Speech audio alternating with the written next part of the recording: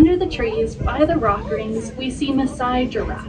Kenya, if you feel so inclined. I don't want you to set your expectations too high. The included Africa Tram stays quite far from the open fields, and closed animal sightings are rare unless they wander near the fence. There are some paid tours that will get you much closer to the animals. It means protecting all life. A wonderful example of that is they can only reproduce with the aid of the yucca moth, a very special moth species that have evolved with the plants, animals, and insects you see every single day. The more you learn about what surrounds you, the more inclined you become to care for it and then actively protect it. Sure. Why don't we shift over to the right side of the tram, where you might see some horns sticking out from the dirt ridge. Those do belong to Watusi or Ankoli cattle is another name for them. By the way, if you live close to the Bay Area or get a chance to visit, take a look at Safari West. I enjoyed their truck tour very much, and I truly found myself getting quite close to the animals. I have another video about that if you'd like to take a look.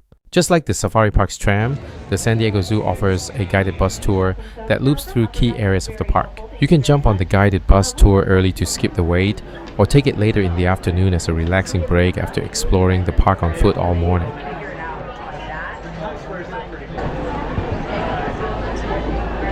Personally, I think the bus tour only gives you a quick snapshot of the exhibits, so I would make sure to leave enough time to walk back and revisit some of the main ones. They do weigh about 15,000 pounds. So we have bears in residence with us here at the zoo. A mama bear named Jolla and her two cubs. Looks like they're playing in the den back there. All three of them coming out to say hello to us. They're so cute.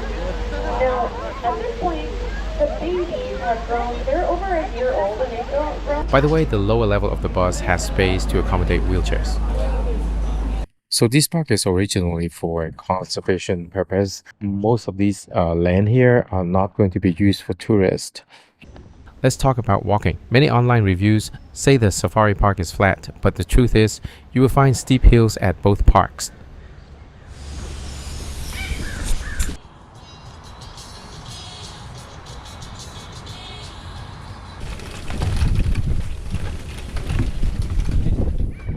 I think a stroller or even a wagon is manageable, but with a wheelchair, it's not going to be easy. If your budget allows, it's worth considering an electric scooter rental for elderly parents. Many models even come with a shade canopy. The San Diego Zoo covers about 100 acres, while the safari park is actually 18 times bigger.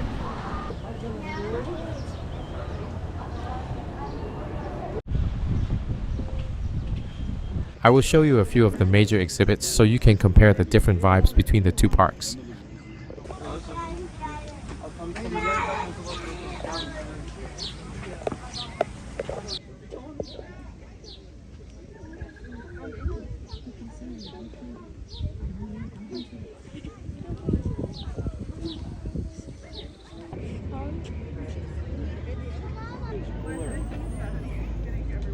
Whenever it gets really hot, they just do not have it.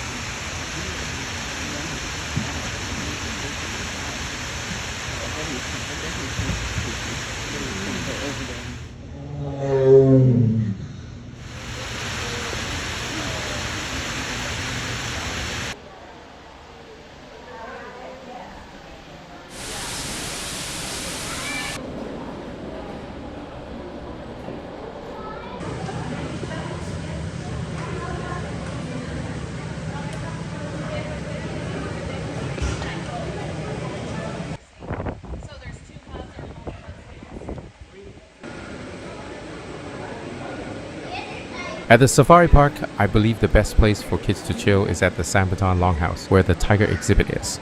Most kids like tigers, and it's a shop and cafe with a big open space for them to run around. So if you're willing to walk up a little bit, there's also a children play area. So there are shades and everything, so it's a pretty good place to take a break.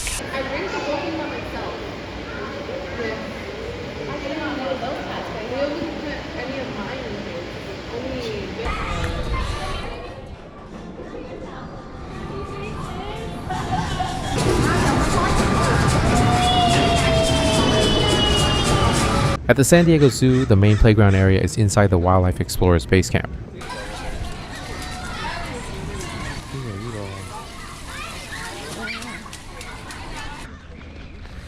So walking in Safari Park, it feels like I'm on a hiking trail, like with a paved trail. So there are more shades in San Diego Zoo, and in Safari Park, I think if you need, I think you should bring an umbrella or something.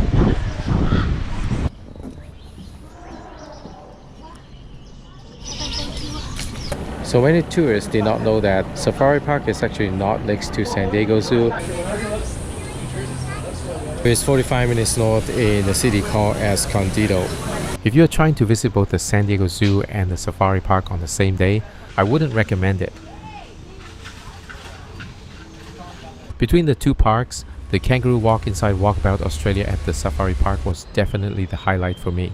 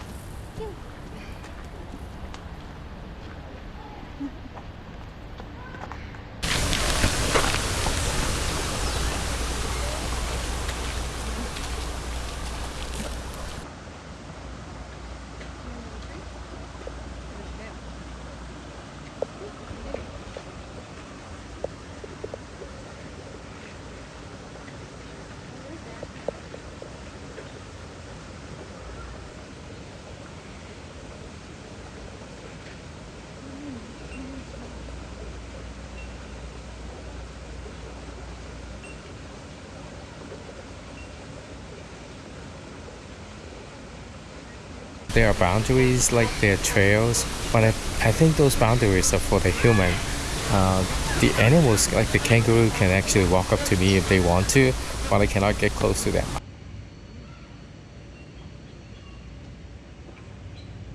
For anyone thinking about camping overnight at the Safari Park, it is definitely pricey, but it's such a fun experience for kids. The campsite is located right next to the elephant viewing area.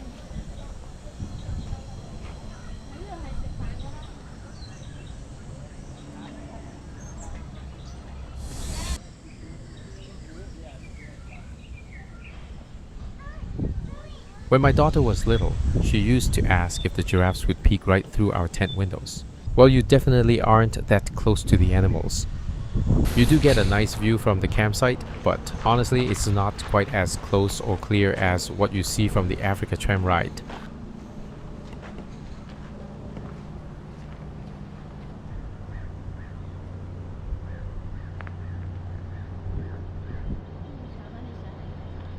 If you've joined the program recently, please leave a comment with your experience, as the last time we went was almost 10 years ago.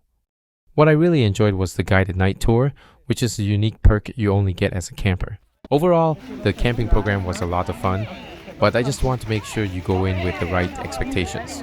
I want to talk a little bit about memberships. Even if you're not residents, if you have a small family size like mine, it works out pretty well. With memberships, you can visit both Safari Park and San Diego Zoo with free parking and discount for drinks and drinks refills.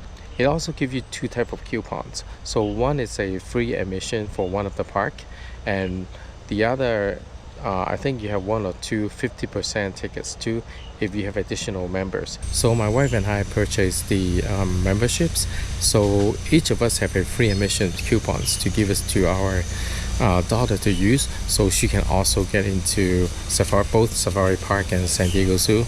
So if you're staying in San Diego for a week or more than a week, you can actually make it like a multiple days theme park visit. It is extremely easy to find food and drinks at both the Safari Park and the San Diego Zoo.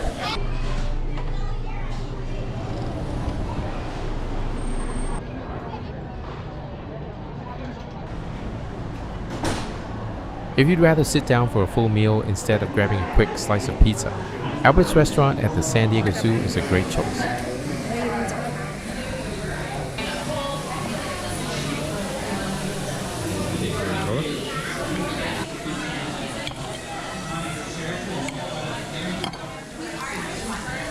At the safari park, the Okavango Outpost is definitely my favorite.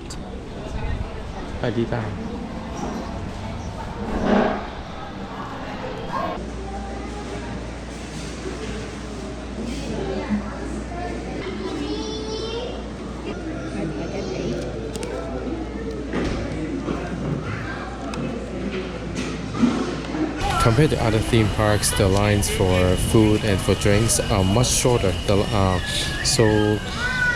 Whenever I need drinks, I can actually get it within like a minute or two. So a refillable cup actually makes sense. You do need to buy a separate zipper cup though. The one that you purchase from Safari Park cannot be used in San Diego Zoo, but you can always bring your own cup and ask for ice water. It's free. Here's a pro tip. You can get an ICEE for your very first drink, but if you want to refill it with another ICEE later on, it might cost you an extra $7. I hope this video was helpful for planning your trip. If you have extra time in San Diego, definitely check out our guides on SeaWorld, where we stayed, and our favorite spots in La Jolla.